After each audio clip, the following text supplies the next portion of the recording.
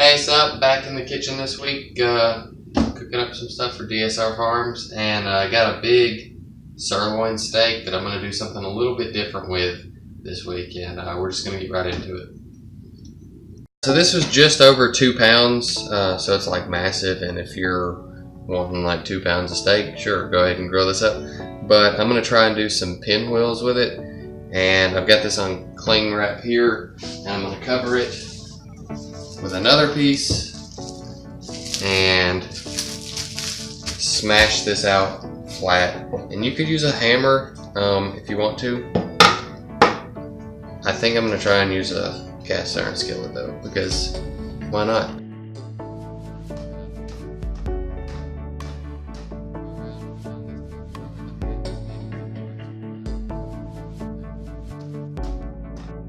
Beat on that for like, I don't know, a couple of minutes or so until it started kind of spreading out, and I don't know how much contrast you can tell from where it is now from where it was, but it's thinner anyway. So I've got just a gallon Ziploc bag. I'm going to pick this up and put it in there. It's the Italian seasoning or dressing, and I'm just going to dump this in until it covers the meat and just let it marinate for a few hours.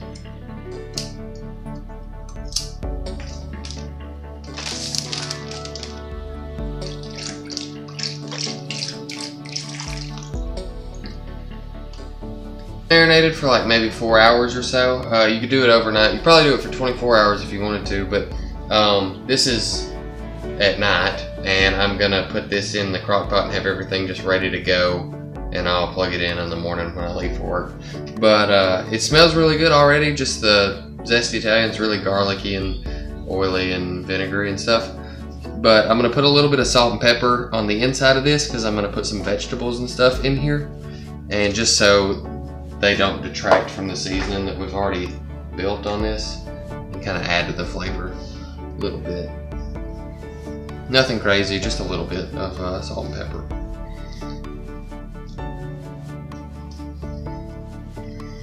Alright, and I've got some fresh spinach. I'm just going to lay down a bed of that.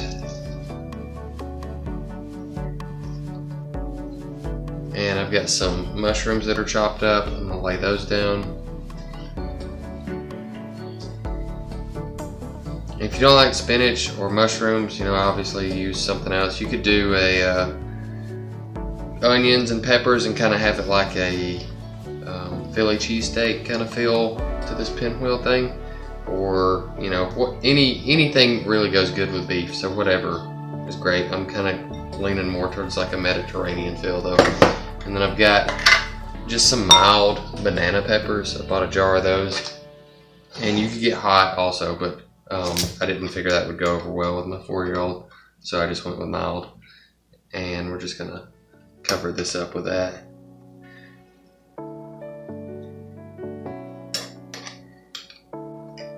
Okay, and then I'm just going to wrap this as tight as I can get it. Hopefully not lose too much of this.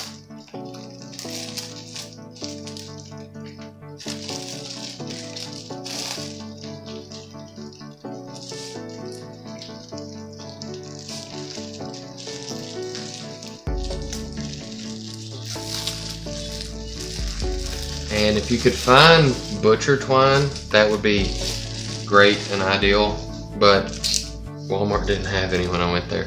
And I meant to get wooden dowels so that I could just go all the way through that, which would also be pretty ideal, and I forgot. So I've got some toothpicks, so my idea is that I can go halfway through with the toothpicks on this side and flip it over and go halfway through on the other side, and it'll halfway hold together.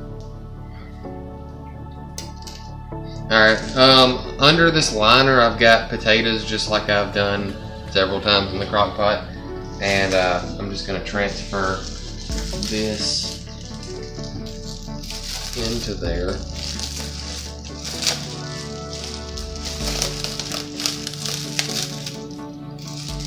And hopefully those toothpicks won't poke too bad of a hole in that liner. It won't make too big of a mess. But I'm gonna let that hang out in the fridge. overnight again, just because I'm gonna put it on right before I leave to work, and we're just gonna cook it on low for a while tomorrow. Alright, so this just came out of the crock pot about 10 minutes ago. Kind of let it rest a little bit, but it's cooked all day while I'm at work, 8 or 9 hours. Anyway, it's shrank up a little bit, you know, because it's cooked and everything. We're just gonna slice into this, and it's super like roasty tender because, you know, cooked it in the crock pot and stuff. But I'm gonna try and keep it together so it looks like that. You got your cross section there of peppers and spinach and mushrooms and stuff. And I'm just gonna plate that up since I had some leftover spinach and mushrooms and stuff. Did a little salad with that. And then those are those potatoes that I cooked under the crock pot, or under the liner, I mean. And yeah, that's pretty much it on this meal. I'm gonna do some stuff with these leftover potatoes for tomorrow. Hopefully I'll have a little bit of this and we'll get some sandwich action going on. 3 of those potatoes, and took the peeling off and kind of smashed them up, put a little bit of butter in there. And I'm gonna put just a splash of milk in there just to kind of help me get them good and smooth. And we're just gonna make some potato flatbread. And then I'll have some Euro-y kind of sandwich stuff for the leftover steak roast thing. Alright, I got that kind of mixed up, and then I'm just gonna do about eyeball 1 part flour to 1 part mashed potatoes that I got here. And just kind of combine these until they are a dough that's not tacky on the outside.